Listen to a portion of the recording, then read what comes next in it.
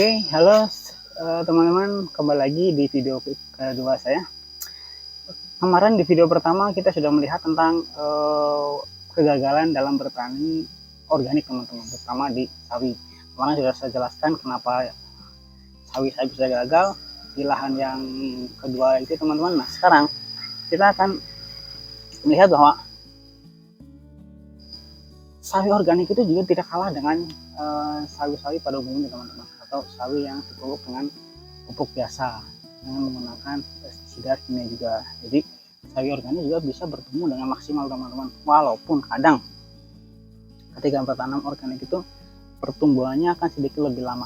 Nah contoh dari ini ya teman-teman, ini soalnya itu untuk daunnya lumayan gede teman-teman, daunnya itu satu tangan.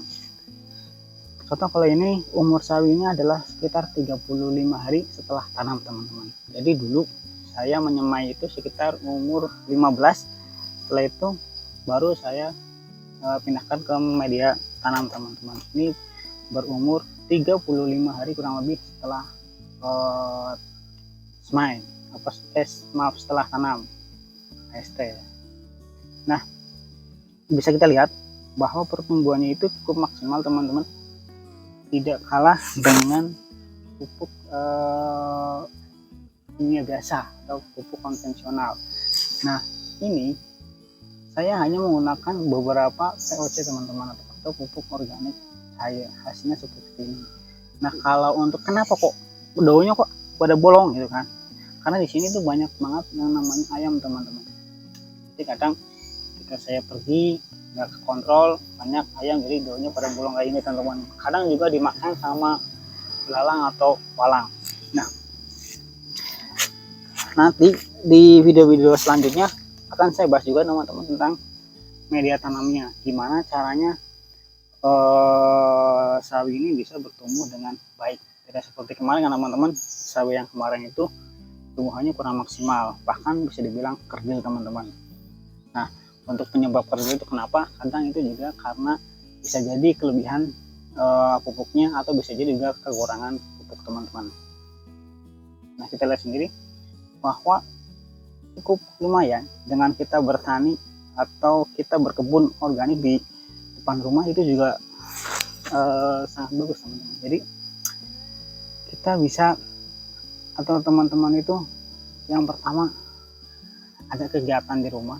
Kalau yang ibaratnya sepulang kerja atau habis contoh kalau sebagai ibu rumah tangga, kalau di rumah habis masak, habis ngapa, kita bisa bertani organik di depan rumah, bahkan di atas rooftop juga bisa teman-teman. Jadi nggak perlu khawatir kalau bertani organik itu sulit teman-teman. Enggak, sebenarnya kalau dijalani dengan kesenangan, itu sangat menyenangkan teman-teman. Jadi ketika kita melihat dari biji kecil biji sawi teman-teman, itu bisa menjadi seperti ini teman-teman, bisa menjadi besar dan maksimal. Jadi gedenya nggak akan kalah dengan sawi-sawi yang konvensional. Nah nanti seperti yang saya janjikan untuk video-video selanjutnya yang ketiga, keempat, karena ini ada video yang kedua, saya akan bahas gimana cara membuat pupuknya, buat POC-nya, bagaimana cara membuat media tanamnya, bagaimana cara menyemai. Jadi teman-teman tetap di channel saya ini, jadi juga nanti lebih tahu, oh ternyata sebagai ibu rumah tangga atau yang hidupnya contohnya di kota, bisa juga loh teman-teman untuk berkebun di depan rumah, tanpa harus wah kayaknya berkebun itu hanya untuk orang-orang yang desa. Enggak juga teman-teman. Kalau contoh ibu-ibu di kota itu juga tetap masih bisa untuk berkebun organik, jadi jangan khawatir. Nah nanti ketika berkebun organik, nanti bisa ditata juga lebih rapi teman-teman.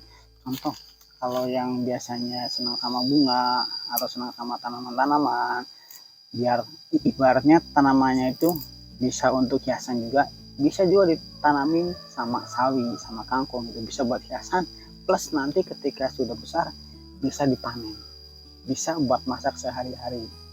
Nah jadi bukan hanya hiasan saja, tapi juga bisa untuk dimanfaatkan. Mudah kok teman-teman kalau dijalani dengan benar-benar, karena nggak terlalu sulit teman-teman untuk bertani organik asal apa? Asal konsisten dan disiplin teman-teman. Sering-sering dilihat. Jadi kalau untuk bertani organik itu gini, ini kesalahan saya juga teman-teman sebenarnya. Kenapa ini pada bolong? Karena jarang saya kontrol. Kalau sering dikontrol itu sebenarnya untuk meminimalisir hama teman-teman. Untuk nanti ketika ada belalang bisa saya usir, atau nanti kita akan belajar membuat pestisida nabati teman-teman. Jadi apa yang kita tanam untuk diri kita sendiri, untuk kesehatan diri kita sendiri. Jadi sedikit-sedikit, tapi kalau kita nggak dimulai dari sekarang, mau kapan lagi teman-teman? Kalau nggak dimulai menanam dari sekarang, itu mau kapan lagi? Jadi ketika menanam sendiri yang pastinya lebih sehat teman-teman, lebih irit teman-teman. Karena apa? Satu media tanam itu bisa dipakai berkali-kali, asalkan media tanamnya itu nanti di rolling teman-teman. Dan yang terutama adalah ditambahin kompos atau pupuk kandang.